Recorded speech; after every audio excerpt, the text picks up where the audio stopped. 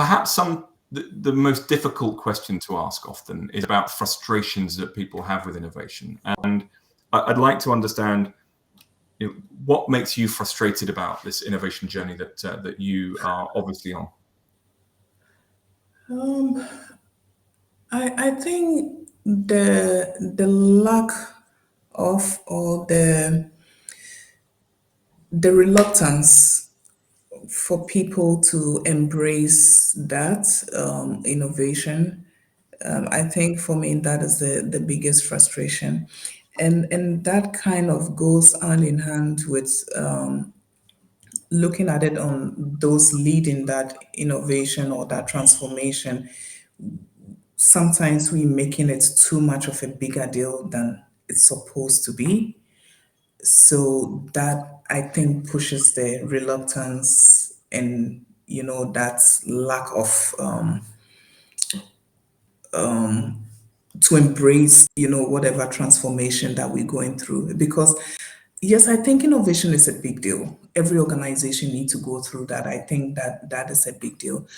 But I think sometimes we make it too much of a bigger issue, because when we are thinking of innovation, sometimes innovation has to be the smallest of things, and I always keep saying we need to go back to basics sometimes. So my initial point I made about digital transformation, look at our printing and filing, for instance, that is innovation.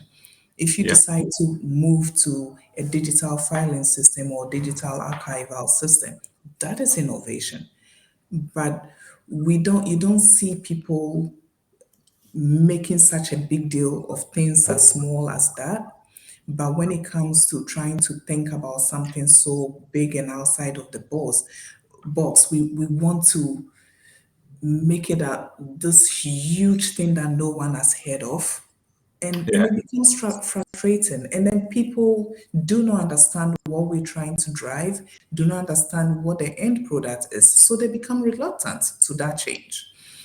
So I think we need to, and my biggest frustration in that is just we need to stop making it so much of a big deal and just look at it from the simplest of terms and try to understand how it impacts people directly, how it impacts people in the simplest ways, so that people can accept that.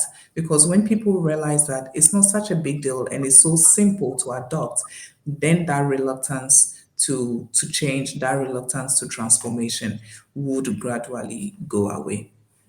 And I'm pleased you picked up on that, because we sort of talked and alluded to that earlier on, around innovation is often perceived as something that it isn't. And your example of the filing and then the printers is a classic one. And I think it speaks to an industry that is frightened about what innovation means because of a misunderstanding of what it is. And I think if I'm going to use the term, and in a lot of literature, they talk about the difference between radical innovation and incremental innovation. And I think our mindset thinks it's all about radical innovation, Yeah. whereas there are models out there about innovation that says probably 70% of an innovator's time should be spent on simply improving businesses and processes on incremental, and 20% of time is spent really understanding and looking at radical innovation, and then 10% is on something ancillary. So there's this misinterpretation of what innovation means to innovators as well as organizations, and so I think that's a particularly pertinent point.